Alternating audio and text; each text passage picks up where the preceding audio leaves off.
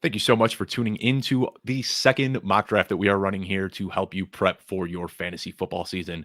I'm joined with some very familiar faces that you probably know from the Football Guys channels. Sigmund Bloom, right in the middle of the screen off to the left there. Sig, go ahead. I don't think you need to introduce yourself to the Yeah. audience, but say hi to everybody who was probably already watching your show earlier this morning. Yeah. Hi, everybody. And even though I'm the only one with gray, one day, gentlemen, there will be gray in your beard. I promise. Well, here's the thing, Sig. I don't know if you can tell. I keep it really short on the sides here. That's to hide the gray. As soon as I Oh, let this okay. grow out, you see it. So I Same. can still do it because it's just on the sides there. So I can keep it tight and you don't even notice at this point. This is all Down- just for men right here. This Yeah. keeps it clean. And then down at the bottom of the screen, you guys are probably familiar with Alfredo. He does some shorts for us, been putting out some great content, and he did a mock draft with us last week as well. This week we are swapping out Vig for Sig, but we've still got Dave and Alfredo here. Alfredo, let everyone know where they can find you on social media and all those fun things. Yeah, you guys can find me on Twitter at the Pretend GM. Always felt like that was just a very appropriate Twitter handle, considering that's what we're all doing. And you can find all my work here on Football Guys and over at the Fantasy Playbook, and just anywhere you're looking at fantasy football stuff. I'm trying to just insert myself in there, so you'll find me everywhere, guys.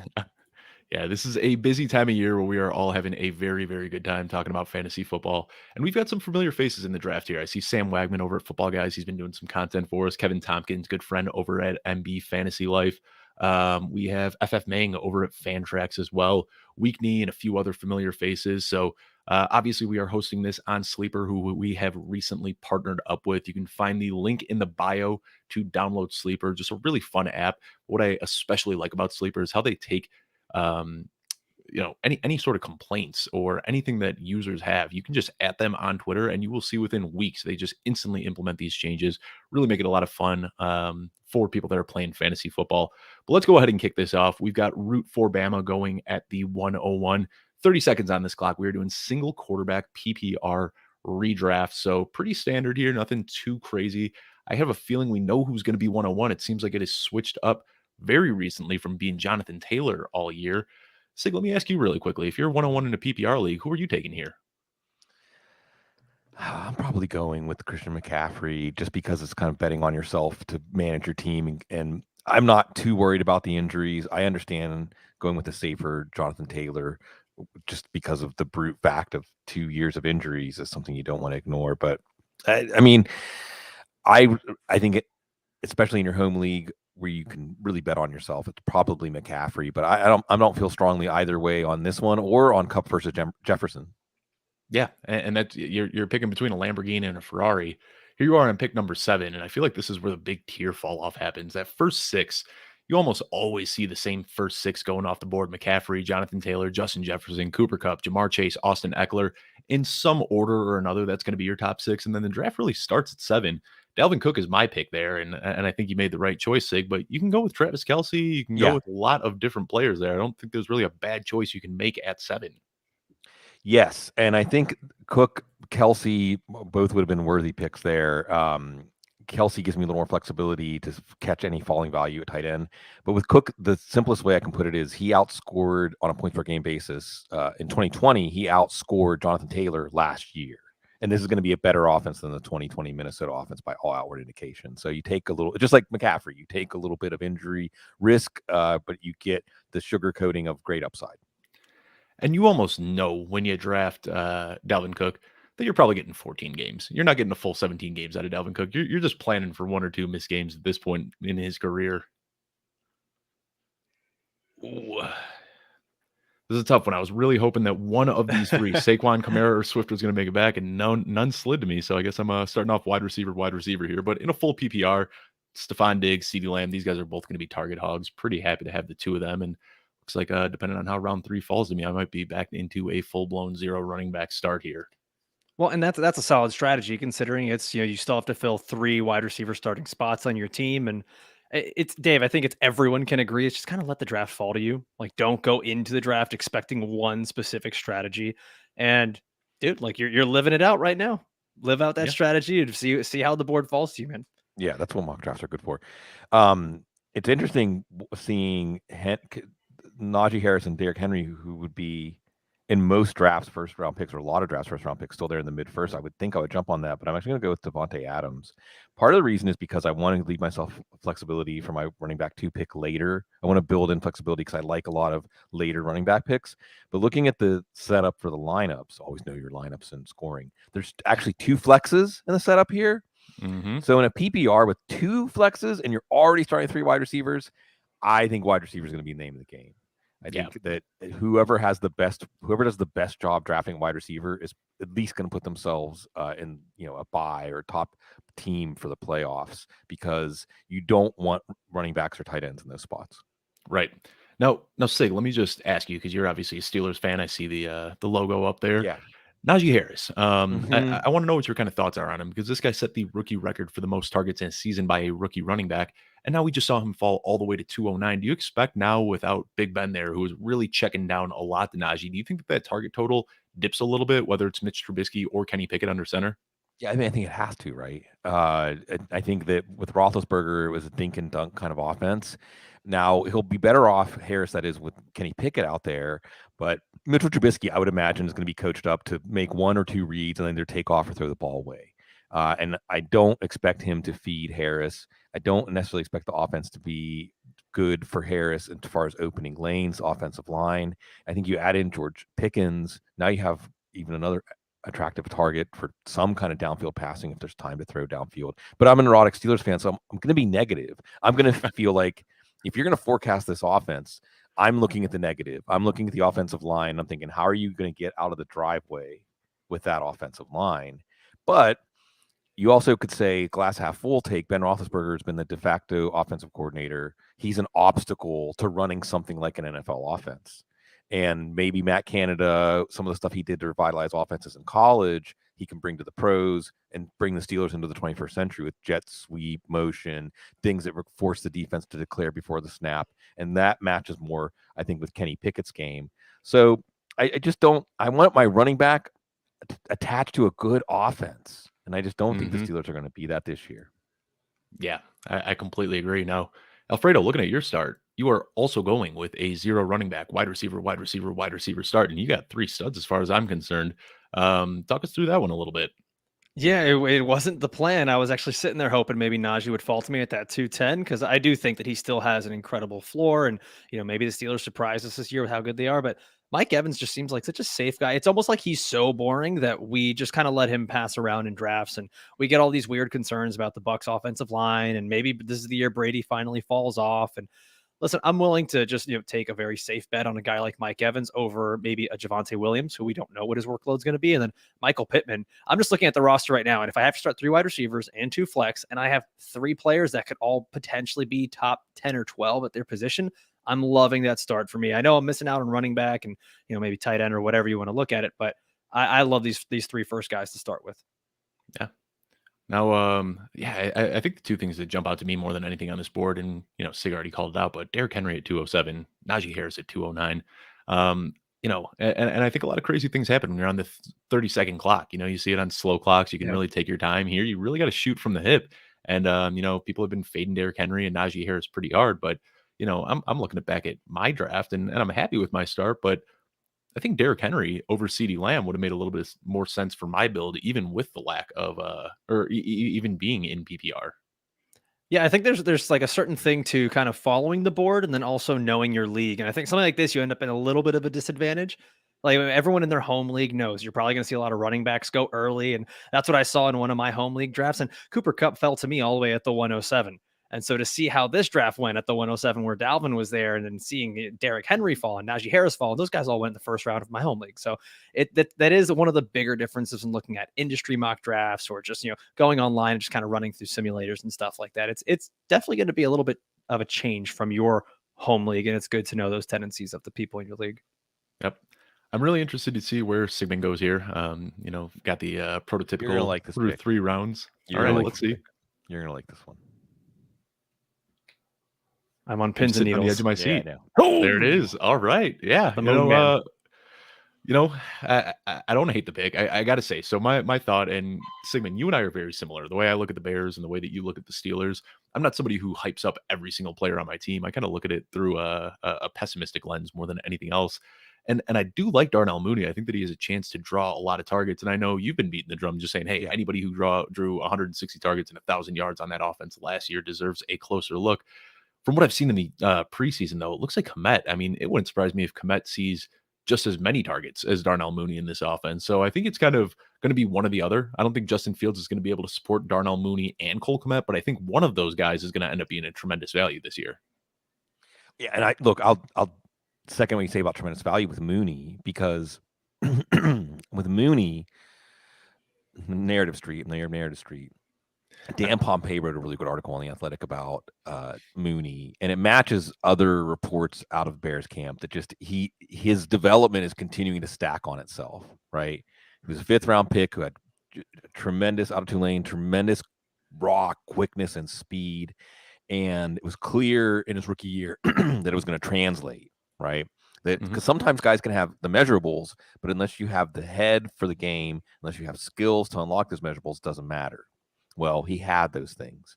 Then in his second year, with Allen Robinson kind of doing the Thorazine shuffle in that offense, depressed, then you have Mooney as the number one in that offense, in an offense that was truly a dumpster fire. Now you have at least some competent offensive coaching. You have Justin Fields moving around more. And again, what I like about Mooney is year 3 used to be the year, guys. I'm old enough to remember that people said, don't judge a wide receiver until year 3. Yep. Right? Year 3 breakout is not a thing anymore. So Mooney's on that upslope of his career, and you have it converging with an offense that should at least be competent, right? So I think that this is one where I'm going to go ahead and take my chances on him with that high ceiling. And he's my 3rd receiver, so that also gives me a little more margin of error, and I have to make another pick here. Was it 160 targets last year? Am I remembering that Something correctly? like that. Because 160 targets is a pretty insane benchmark to hit. And I mean, you did talk about the development. And that was something that we heard about a lot last offseason, where he said, early in my career, I was just he was saying early in my career, I was just running down the field and doing that. And then he said he started to learn the nuance of route running. We got an auto. I got auto picked Josh Jacobs, but that was supposed to be AJ Dillon. Well, I gotta say, Josh Jacobs at 5'7" is not a terrible pick, depending on how you feel. I mean, I think there's going to be a little bit of a committee approach there, but you're also looking, like you said, you want a running back that's tied to an explosive offense. The Raiders are going to be pretty darn explosive this year. We'll see. I'm a little worried about the offensive line. Honestly, I think the Raiders are kind of a pins and needles reveal for that backfield. And if they fall behind the Chargers week 1, we might not get to see a lot of what their plan is anyway. But I think that we could see just about anything in terms of how they split it up between Jacobs and White and Bold and Abdullah. And that I don't like that. I love AJ Dillon. I endorse AJ Dillon as a 4th round pick. And I see Lester in the chat room ask about Gabe Davis versus Mooney. I think they're both just big upside plays. And I would endorse them both as 4th round picks. I think you can get the Mooney in the 5th in a lot of drafts, though. Now, I want to ask you about my pick here in the 5th round, because Breece Hall is a guy who people have really, really been cooling off on. I mean, here we see Breece Hall and Damian Pierce going 2 picks apart from each other. Are you starting to get a little bit concerned about about Breece Hall? I mean, he has not looked good in the preseason so far.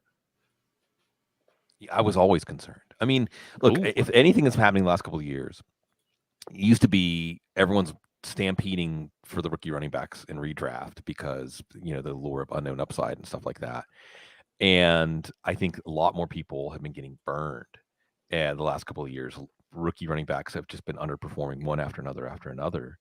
I think that with Breece Hall, like, we got ahead of ourselves. We got ahead of ourselves with the Jets offense. Also, they lost Mekhi Becton. I think with the Jets, it's just a tough offense to invest in right now. I need to stop talking. I'm just going to make a pick that I know I can talk about and endorse. The Jets offense, I think it's almost like a widely known secret that not that many people in the organization are sold on Zach Wilson, but they have to keep playing him, right? I mean, they have to keep playing him until he proves enough times that he can't play, and then they can move on. So how, if we're looking at guys like Elijah Moore, right? Like, how can you really feel like you're going to get any kind of upside range of outcomes unless Zach Wilson's lost for the year? But what does that tell you about the offense, that that's the kind of conversation we're having?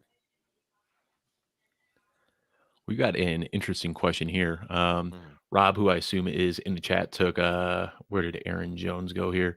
Aaron Jones right here. And then he said he almost took AJ Dillon. Would you feel comfortable about starting those 2 guys? I mean, I can only remember one time in my lifetime where we've seen 2 top 12 running backs come from the same team. Mark Ingram and Alvin Kamara did it a few years ago, and it was something that I haven't seen since.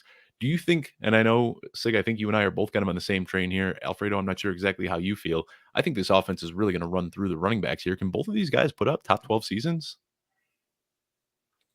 I'll jump in and say yes, absolutely yes. And all the ingredients are there, right? Like an efficient passer, a good offensive line. Assuming, I mean, they found another one, right? Zach Tom, the Packers' ability to find offensive tackles. It's been incredible lately. So Jenkins is going to get back. Hopefully Bakhtiari gets back. They've got Aaron Rodgers is out there stumping, telling us the best 11 are on the field when both running backs are on the field. Mm-hmm. And both of these running backs can do everything. And we've seen, I mean, Aaron Jones, I've been saying for the last couple of weeks, guys, it isn't that Aaron Jones shouldn't be in the second round. It's that A.J. Dillon should be like in the third round, because these are your primary guys in which I think both will get 250 touches. I think Jones will get more receptions, but Dillon will get more rushing touchdowns. And the offense, I think, is going to run through this backfield. You brought up Kamara and Ingram, and this looks a lot like that, right, guys? Sure does. And that was a pass offense that had more going for it than this pass offense has going for it. So I think that Dillon has just been screaming value the whole offseason. I think still in the fourth round, it's something you can write down in pen, and you can think, especially if you like to go not pure zero running back upside down, do the opposite kind of drafting, but you just don't take running back until you take Dillon in the fourth round. I think that's going to work out just fine. Yeah, and then the contingent value too. I mean, we talk about these two guys coexisting, but we know that running backs get injured, and if something happens to Aaron Jones and he goes down, then you're looking at a guy who can catch passes, going to get the goal line work, probably isn't coming off the field.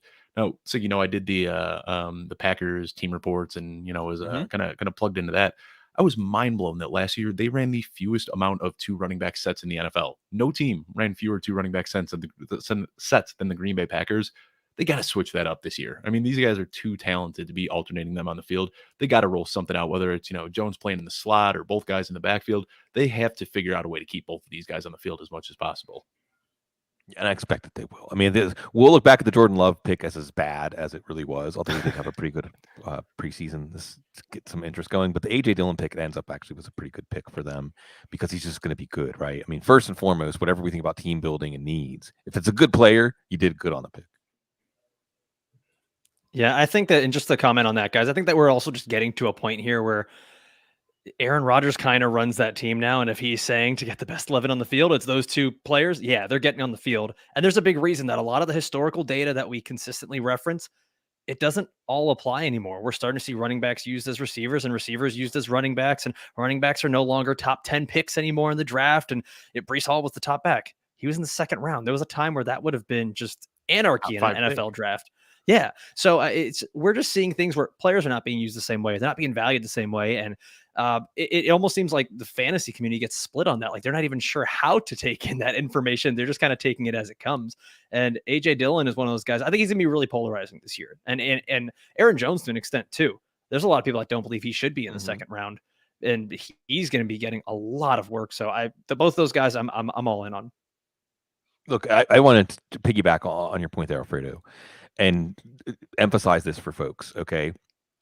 The past, we're going to see this with, climate. The past doesn't present us with the bounds of what is possible in the future. This is not, reality teaches us that every day. And in fantasy football, the outliers are the ones that win championships. Being open to something that hasn't happened before is being open to that earlier than other people is one of the biggest edges that you can exploit in fantasy football. And the next couple of weeks, we're all going to be put to the test, because if you need definitive evidence, right? I'm going to time out again. If you need proof, right? I need proof. I'm going to take Cordell Patterson because I love him. If you need proof, then you're never going to be an early adopter. You're never going to get in before the rest of the fantasy football world catches up. So I promise you, even the very best fantasy football analyst, 40 or 45% of what they said is going to be wrong, and we're going to know it in the first few weeks. It's the people who act on that the earliest that are the ones that are going to do the best in fantasy football, and being flexible, being open to something you didn't contemplate today, something that you said, well, this is definitely not going to happen. There's no way that Cooper Kupp's going to lap the field at wide receiver. Nobody in their right mind would have said that, right? Those getting a line on those before other people and saying, nope, this is really what's happening. That's maybe the most important thing in the month of September, and maybe the most important thing all year. Yeah, and I remember hearing it in 2019. I mean, there were countless sell high on Lamar Jackson. There's no way that Lamar Jackson can keep up this pace. And then we heard it last year with Jamar Chase. Week 5, week 6, Jamar Chase is just blowing the top off of defenses every single week. And everyone says, sell Jamar Chase because there's no way that a rookie wide receiver is going to be able to maintain this pace. And the people that took that risk and invested in Lamar Jackson a few years ago and invested in Jamar Chase last year and actually bought low on these guys because people were so desperate to sell. Like you said, they historically those guys did defy the odds, but somebody took the chance and picked those guys up mid-season and probably won a championship because of it. And ADP, we all need to know ADP to know when best to time our picks, but then crumple it up in a little ball and throw it out the window once the game starts. Because immediately picks that look like reaches, picks that people were laughing at in your draft, picks that happened when someone was on auto pick, they look like good picks. And picks that we thought were great values because of ADP, immediately like, I shouldn't have even taken him at all. Antonio Gibson, Josh Jacobs, whoever. Like, I thought I was getting a value.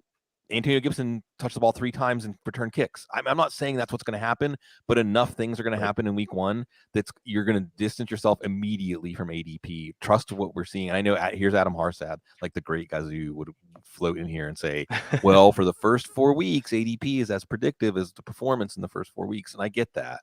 But I think that you have to trust what you're seeing more than what we think right now. And anecdotally, last year during my home league draft, we all got together for it with all my buddies. 9th round rolls along. One of my buddies is freaking out, doesn't know who to pick.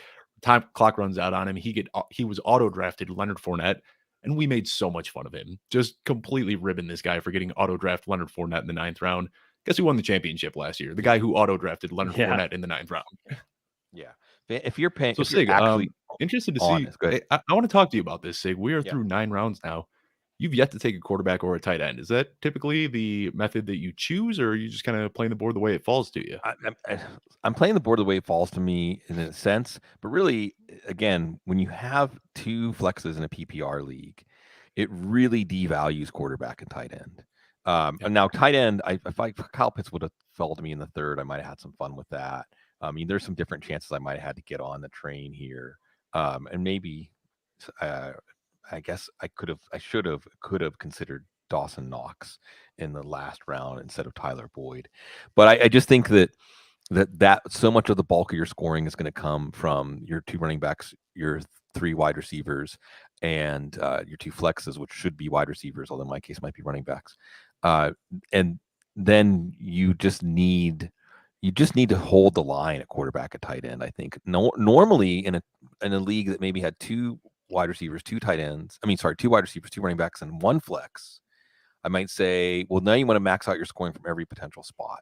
So I just think that this is one where the extra flex, or even that you start 3 plus an extra flex, pushes me more to just stock up on running back, wide receiver as long as I can until I don't like what's left. And I know I'll feel at least okay about what's left at quarterback at that point. And the tight end, I have those guys in my back pocket that I like lately. And looking at ADP this year, I feel like there's 17 quarterbacks that I'd be okay with as my QB1. I mean, it goes that deep this year. It's not, there's usually, we definitely have that clear-cut elite tier when you're looking at guys, obviously Josh Allen, Lamar Jackson, Patrick Mahomes, Justin Herbert, Kyler Murray, Jalen Hurts. Those guys are probably in a tier of their own. But what happens if things do click for Las Vegas and you got Derek Carr in the very final round of your draft and he puts up a Tom Brady type season from last year? I mean, there's guys that you're going to be able to get drafted late that could still put up huge seasons. Aaron Rodgers might go fully scorched earth without Devontae Adams and put up another, 3rd straight MVP type season.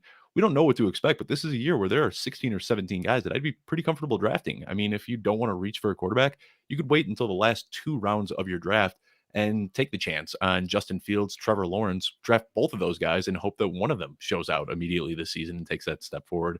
There's a lot of interesting ways to attack the quarterback position this year. And here you go, Sig. You were saying that you wanted to take Dawson Knox in the 9th round and you made it back to you in the 10th. Yeah. And that's the other thing, right? So if you do decide to take the tank to E on quarterback or tight end, then you have less competition, right?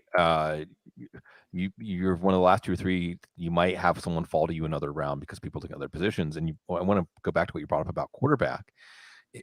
if there's 17 quarterback ones or 15 or 14, whatever it is, that means that if there is anybody that emerges, to Jared Goff, Matt Ryan, maybe Marcus Mariota finds his game again. Maybe even Trubisky shows that it was Matt Nagy all along. Who knows, right? Like, maybe Carson Wentz, has some sort of revelatory experience. I don't know. You're not going to have competition on the waiver wire for those guys. The first few weeks, if you wait and you start Trevor Lawrence, Justin Fields, Jameis Winston, who guys, if you look at Jameis Winston, Derek Carr, Kirk Cousins outlook, is it really? I like Kirk Cousins a little, like maybe a slight notch above, but if you're starting Jameis Winston week 1 against Atlanta, and then you're like, well, if Winston bombs, I know that nobody's going to be competing with me on the waiver wire for whoever does look good. I think it's as advantageous strategy as ever this year. That's a great way to look at it that I didn't even think about that. Yeah, if you just punt quarterback, you're going to be the guy that can get your pickings after week 1 off the waiver wire. That's something I didn't even think of. Great way to look at it. Khalil Herbert. Alfredo, I'm sure that you were eyeballing him with your last pick. I know I was thinking about taking him here in 11th as well. He's been shooting up draft boards recently. Yeah, and that was the thing I was looking at. I was sitting here and I took it down to the wire in my queue and I was looking. I was like, okay, who's most likely to make it back to me next round? I thought it would be Herbert. And it seems like the rest of the field is kind of wising up on that. And Khalil Herbert keeps shooting up the draft boards. But yeah, I think that he's I think we talked about this last time. He is like the Diet Pepsi version of AJ Dillon. They're just much smaller thighs. like he's just going to be that second running back that's going to be just annoying enough to steal value away from Montgomery, but also he can have weeks where he could be really valuable in your starting lineup. And we saw it last year when David Montgomery went down. Khalil Herbert jumps right in, and he was the RB18 during that time span. So I'm really excited to see what he can do, even though that Bears team might not be very good. But I'm just there's a lot of excitement around these players. I don't think we're going to see like all 5 or 6 or 7 players that we're all excited about in that bad offense do well, but something's got to give. Someone's got to do well. And here's Kevin in the chat right now, kind of giving you a hard time, saying that you're not getting him in a draft room with me, Alfredo. Kevin's the one that ended up drafting him here in round 11. And let me make my pick real quickly here. Yeah, Kevin, man, I got doing distracted. the same thing that I did. I did the same thing that I ended up doing in the last mock draft that we did. I don't know why I keep doing this, but I find myself drafting Miles Sanders and Kenneth Gainwell. People are so scared away from that backfield. You're disgusting. I'm just taking both of them, get them in the mid to late rounds, and we'll see how it shakes out. I've got full investment in the Philadelphia Eagles, but I feel like there's kind of two things that you can draw from the last preseason game for the Bears. I thought that this was going to be very much so a split backfield between David Montgomery and Khalil Herbert, especially with what Luke Getsy was doing in Green Bay. I expected something similar this year. But in that final preseason game, David Montgomery did not come off the field with the ones. When Justin Herbert was out there for almost the entire first half, it was the David Montgomery show, and he looked good. He looked juiced up. He was ripping off big runs. He was breaking tackles. He was catching passes out of the backfield. He had a huge play that was called back on an offensive penalty. But I'm not sure now. Is this a sign of what we should expect in the regular season, or is this the Bears putting David Montgomery on a stage saying, look what this guy can do. You guys should all call us up because we are willing to trade him. I'm not sure what to make of this backfield now after this last preseason game, because I've been dug in on it being a split backfield all offseason, and then Saturday completely changed the way that I'm looking at this. I mean, I think that we've seen it so many times. Preseason doesn't really tell us anything. It tells us what we want. Like, if it confirms our priors or it makes us believe what we want. We see players go out there and do really well, and guess what? They're running, a high school version of the playbook, right? They're not doing the same thing. There's a million reasons that a player could have been out there for the entire first half or not out there at all. And I think that we really just like to take these and run with it. Typically, you just want to look at what these coaches have done in the past. And it's almost a similar situation to Green Bay. It's get your best 11 players on the field. And if Khalil Herbert is part of that 11, he's going to be out there in some form or fashion, right? And if Getsy has used the 2 running back system in the past, I wouldn't be surprised if we see plenty of them. Yeah. I mean, Kevin Fishbane just came out earlier today and said that Equanimeous St. Brown is projected to be the Bears wide receiver too. So things are looking pretty bleak there. And that's another reason that I'm investing as much as I can in Cole Kmet, because if Equanimeous St. Brown is going to be the team's number 2 wide receiver, I think that by default, Cole Kmet ends up being number 2 in targets. Yeah, well, look, isn't Jones hurt? Pringle's hurt, right? I mean, the guys they were even going to use as potential number 2, number 3s aren't even staying healthy. So, but I do want to piggyback on what y'all were saying and say again, your week one homework, your week one to-do list, all these teams with new coaching regimes, with new personnel regimes even, you want to see the reveal, because one of the biggest mistakes we make is we contemplate a much more narrow range of outcomes because we stare at this stuff for so long. And then, we do projections nail you down to one data point and things like that. Rankings nail you down to one point on a list. And in reality, the possibilities are a lot wider. And then we have all of our fugazis, all of our false positives and false negatives from week one, because it could be, something temporary there too. But these teams, Chicago, Minnesota, the Giants, Jacksonville, the Raiders, there's a lot of them. And then teams that have had big changes, like Denver with Russell Wilson, what's that going to look like, right? And so on. You go into it with an open mind. Don't argue with what you're seeing. Let it inform you. Because I think with Herbert, anybody who watched, like Alfredo was saying, he was good. Arguably, Herbert is as good or better between the tackles runner as David Montgomery. And now you have a new regime. They're not wedded to Montgomery. They didn't invest in Montgomery. Playing Montgomery more doesn't make them look smarter. And Montgomery is a lame. So I'm really interested, guys, in these lame duck running backs, right? The Raiders have already said they're not giving a fifth-year option to Jacobs. I don't think Damian Harris is going to get another contract from the Patriots. Ramondre Stevenson looms there. I don't think Dave Montgomery is going to get another contract from the Bears. Khalil Herbert looms there. How do these teams handle these situations? Antonio Gibson, even though he has another year on his contract, was another one where the team was basically saying, like, yeah, we don't think he's the answer. And how quickly do these teams implement that? Like, we already know that that's what's coming in the future. Well, the future's now. And I think how Herbert is used, there's been a lot of speculation about it, because we all saw last year that there wasn't a drop off when it came to the running game, which should be better if this competently coached offense forces defenses to play 11 on 11 football, or at least moves the pocket, moves Justin Fields around. When you're claiming Alex Leatherwood, then you see where the state of this offensive line is. By the way, the Steelers' best offensive line addition was a cast off from the Bears. So that should show you where the Steelers' offensive line is. So anyway, we'll see. So I will say what the Bears are doing with their offensive line, it's ugly for sure, but I think this is how you kind of approach a rebuild. What they've done is brought in a ton of guys that they're paying less than $2 million a year that are essentially scratch off tickets that they hope one of these guys can hit. And that's what they're hoping for, is that out of these, nearly a dozen cheap offensive linemen they brought in this year that have high ceilings, they're hoping that one or two of them can hit. They can plug those guys in as their starters next year, and then they'll try to patch the rest in free agency with over $100 million in salary cap next year. But yeah, this is going to be a tough season. Now, by the way, if I can interject on that, this is why. Well, and I mean, it's not bad. Look, Houston should never trade out of 13 and traded out of Kyle Hamilton and Jordan Davis to get Green, the guard they got. I won't necessarily knock the Chargers for taking guard in the first round.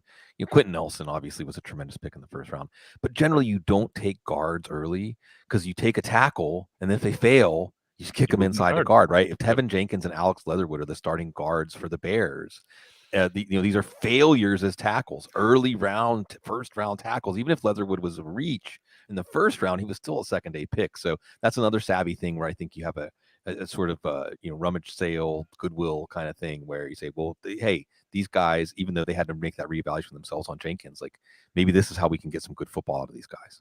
Yeah. And yeah, when you've got an offensive lineman, former offensive lineman as the GM, he's gonna take some interesting approaches there. But I want to talk, when we did this mock draft last week, nobody was selecting defenses. I think that we saw maybe 2 or 3 defenses go off the board, and then we saw one get autoed in the 12, so I'm not going to hold that against him. But then we see the Ravens, the 49ers, the Broncos, the Bills. We see this little kind of run of defenses going a little bit early here.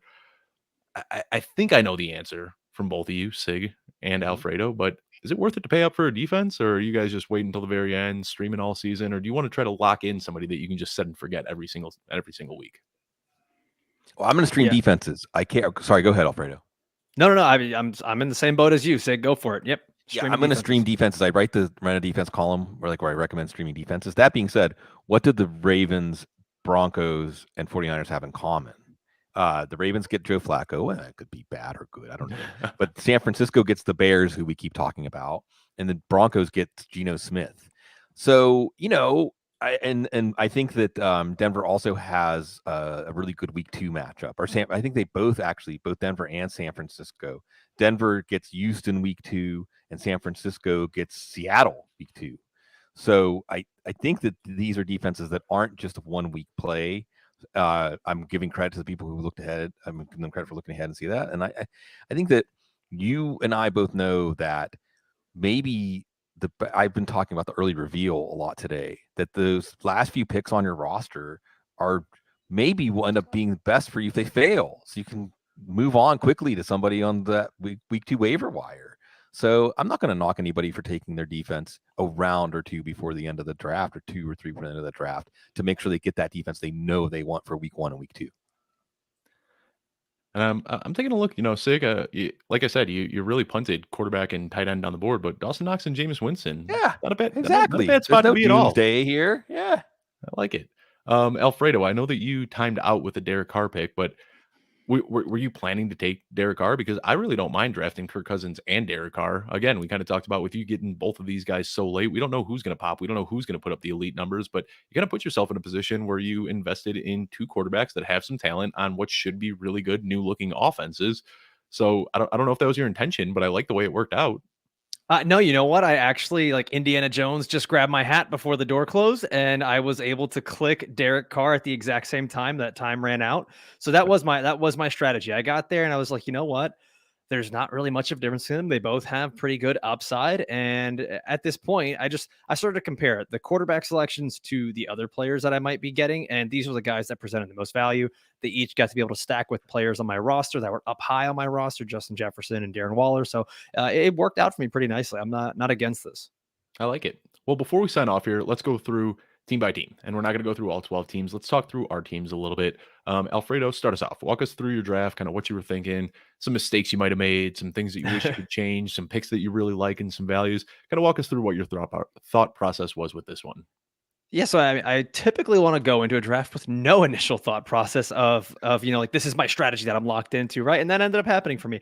Little by little, I've been almost converting into this like wide receiver heavy approach, and especially in this format, it worked out. So I got my 3 top wide receivers that I already talked about before, and this was just wild to me. Like, I know we talked about Derrick Henry falling to the 207, but we're now in a world, Dave, where Zeke Elliott falls to nearly the 5th round. And like, I get it. He's a little bit older, and everyone loves Tony Pollard, but like, Zeke is old. He's not dead. And Jerry Jones is a crazy person. So Zeke is going to get fed the ball. And Mike McCarthy is a yes man who's just going to keep giving him the ball. And so yeah, like Zeke is still a very solid running back at that point. Darren Waller was the guy who now his hamstring is magically healed up now that he's got this contract. So the idea of getting him in the 5th round was just pretty enticing over any of the other players. Christian Kirk is a player that I'm very, very high on. I don't remember exactly where I have him in my rankings, but I think to me, he's just in like that wide receiver 30 range and may even climb higher, being that top target on an offense that's going to need to throw a lot. The Antonio Gibson thing is I think we're all trying to feel out where that situation is going. I drafted Brian Robinson later. And that kind of worked out for me. I think we're all feeling out how that situation is going. What is Washington going to do? A week ago, I wouldn't have touched Antonio Gibson in the 7th round, but now we have no idea. I have no idea what the recovery is going to be like for Robinson in that unfortunate scenario. Tyler Lockett, once again, this was just watching players of good value fall to later rounds for me. And Devin Singletary, Kenneth Walker, Melvin Gordon, all guys. Singletary, I think that he's being written off a lot, and he's the guy that's going to be the starting running back for a really good offense. Ken Walker, we always see, I love him. Dave, like, my love affair with Ken Walker, and the heart wants what it wants. And like, he was my RB1 over Breece Hall. And so to see him in the 10th round, I know he's got the hernia. Rookie running backs tend to come on late. I'm fine with him being out for 4 or 5 weeks, and let's see what he ends up being down the road. Melvin Gordon was just a safe pick there, but I wish I would have gone with Khalil Herbert now that I saw that. We got my quarterbacks who we already discussed. And at the end, you know what? Another familiar name that I think is getting forgotten is Robbie Anderson. Like, I'm not banging the table for Robbie Anderson, but you see him in the 15th round and Baker Mayfield likes to throw deep, and who knows, man? Who knows what Robbie Anderson could be? This is a dart throw. And then Gerald Everett, I think, is just a fun dart throw at tight end with Justin Herbert, who I actually do believe could be the MVP this year. So to have the tight end for one of the best offenses and best quarterbacks in the league, I'm all in on that. I like it. Now, the one thing I'll say is I get the point that you're making with Robbie Anderson, but take exactly what you said about Baker liking to throw deep and just apply that to Rashad Higgins. I think Rashad Higgins is the guy that could end up popping as the deep threat here in the Panthers. They've got that established rapport. It could happen. I'm with you on the thought process, so really excited to see what this Panthers team could look like. Sig, same to you though. Before we sign off here, Yeah. walk us through the thought process. I mean, I love the first 3 rounds. I Right. like your whole draft overall, but there's those first 3 rounds. I don't think you can do much better than that. Yeah, Cook is the guy in the second half of the first round. And again, just go back and look at his 2020 and think about this as a better offense. There is no clear. Madison is not the clear guy behind him now, though. So that's a little bit of a ding, but you'll be fine. Adams, I know it's not an upgrade going to Derek Carr, but he's still going to get his. They have a college connection.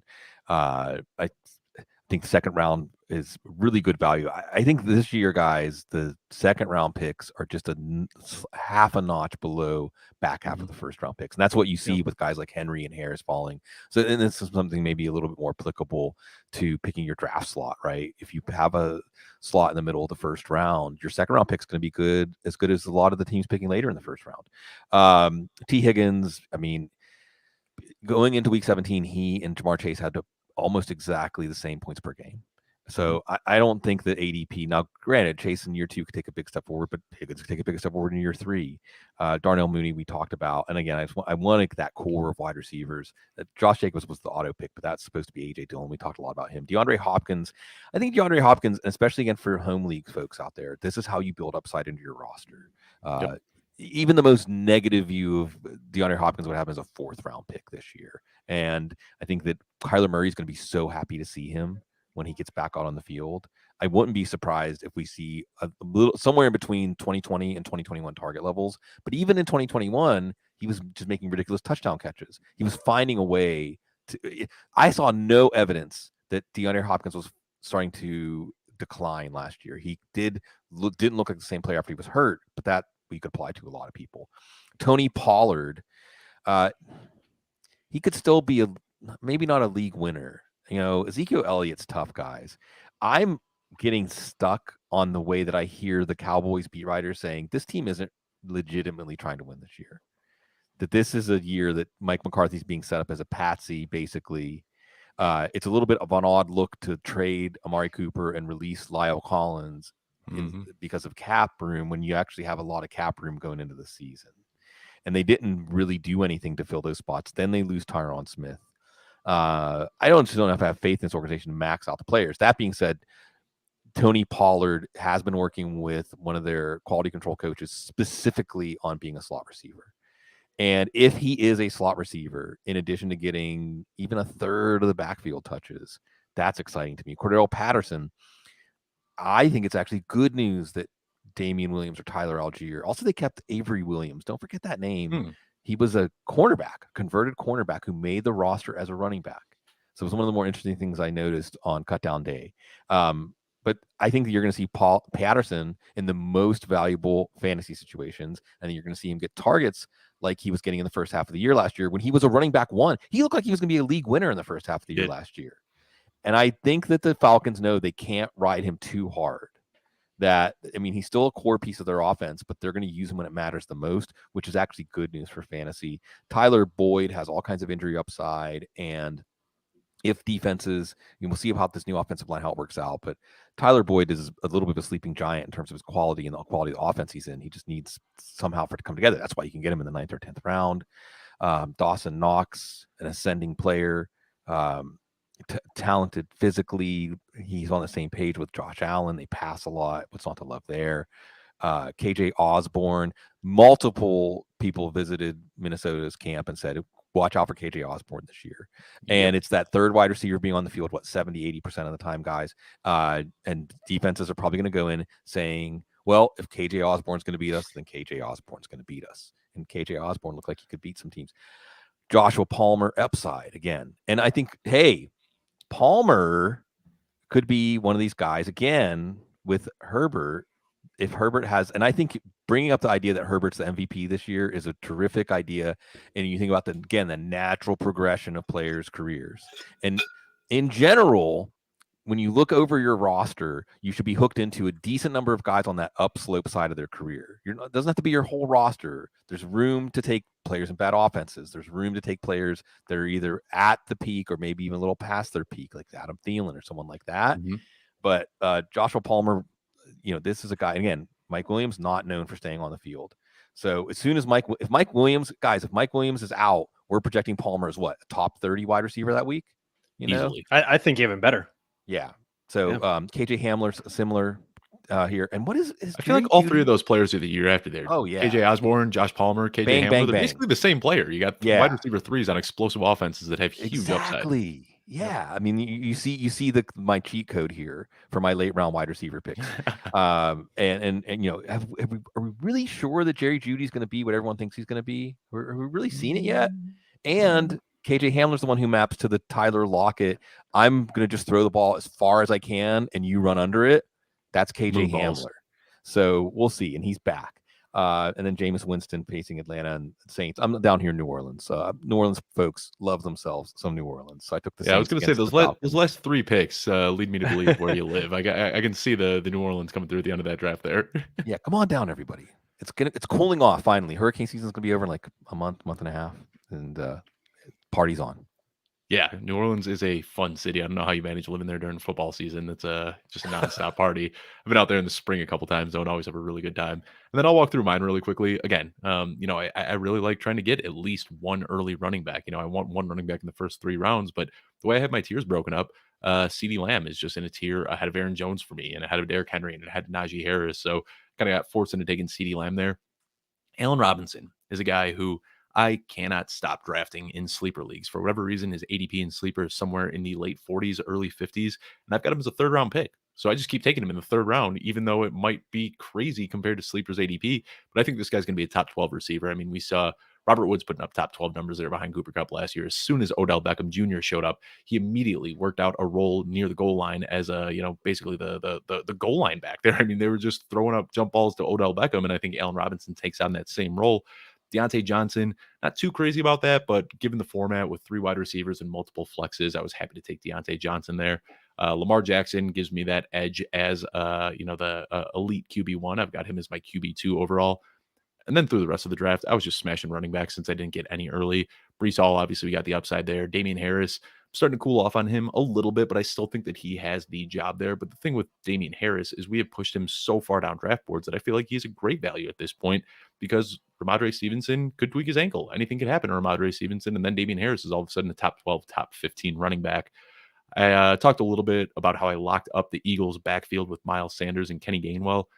The only receiver that I find myself drafting late, there's a few guys that I like, and Sig just happened to get all 3 of them. The other guys that I like are Nico Collins, who also went off the board before I had a chance to get him. Really like Nico Collins and his chance to emerge as the wide receiver 2 on a Houston Texans team that I think is going to be a little bit better than people realize. But Jacoby Myers is a guy that I find myself consistently drafting late. He was 16th overall in target share last year. And we know the story with Jacoby Myers and Cole Kmet for that reason, who I took the round earlier. They didn't get touchdowns last year, but these guys were just an average touchdown rate away from putting up some really good fantasy seasons. So you got to hope that the positive regression hits this year. And then I just completely ignored the tight end, or I'm sorry, the kicker and defense position, because I think there's some interesting storylines here with Eno Benjamin and Sony Michelle. Eno Benjamin made the team, and all signs are pointing to him being the number 2 running back in Arizona. So I was a big proponent for Darrell Williams early in the offseason, but you got to adapt to new news, and it looks like Eno Benjamin has locked up that spot. And then Sony Michelle is a guy who I had been drafting late in Miami, thinking that he might have the goal line role. I think that getting cut and signed by the Chargers is a huge upgrade for Sony Michelle. And for whatever reason, drafters are treating it as a downgrade, and they haven't been drafting him. But I find myself drafting more Sony Michelle now than ever. I think that signing is an indictment on Isaiah Spiller, who I had pretty high hopes for. I thought Isaiah Spiller would lock up that handcuff role, but it sure seems like he is not progressing the way that they wanted him to. And I think that's why they brought in Sony Michelle. Overall, though, pretty standard draft. Nothing too crazy here outside of Naji Harris and Derrick Henry sliding a little bit. But I've got those guys ranked as my RB10 and RB11, and that's exactly where they went off the board. So, hey, props to whoever was in this draft room with us. You must have checked out some of my running back rankings before we started the show. But before we sign off, Sig, let everyone know where they can find you on social media. And then, of course, they're probably already familiar with the Audible, but let them know where they can find the Audible, what the in-season schedule is going to look like. Oh, yeah. Things. Yeah, at Sigmund Bloom on Twitter, and we're getting the Discord server going too. Just did a Q&A over there, and once the season starts, our regular in-season schedule goes a little something like this. Sunday nights we recap the games that just happened. Tuesdays waiver wire. I also do On the Couch on Tuesdays. Wednesday, we do part 1 of the preview. I also do the IDP Blitz. That was only on the YouTube channel, I think, for a while. I think it's like a quick hitter IDP show. And Gary Davenport's going to be joining us with that. Gary Davenport's awesome. Awesome. So Yeah. it makes my heart grow to know that he and I are working together again. It's been a while. And then on Thursdays, we do part 2 of the preview. We have a live show on Thursdays. Not quite sure exactly when that's going to happen. There's going to be something we do Sunday mornings. I'm not quite sure when or where, what, to answer your questions and get everybody excited. And then we start it all over again. Fantastic. Yeah, it's going to be a fun week full of content in season. Alfredo, let everyone know where they can find you as well. Yeah, you can find me on Twitter at the Pretend GM, and I'm still putting out my weekly videos here for Football Guys. And last video was talking about wide receivers to draft as your sleepers, your late round breakouts, and it's one of the guys that Sig drafted, Joshua Palmer, and the other one was Nico Collins, Dave, the guy that you like. So, those videos are fun to put out. I'm joining in on all of our roundtables and writing different articles, and you can also find me as the host of the Fantasy Playbook Dynasty podcast as well. And you can find me on Twitter at Dave Kluge. That's Kluge. Of course, all of my video content can be found right where you're probably watching this at youtube.com/footballguys. But guys, this was a ton of fun. You'll see us again. We're doing another mock draft on Tuesday, and I'll be joined with the Football Guys mailbag crew. It'll be me, Victoria, and Troy King having a really fun time on that one. Thank you so much for tuning in, and we will see you guys sometime.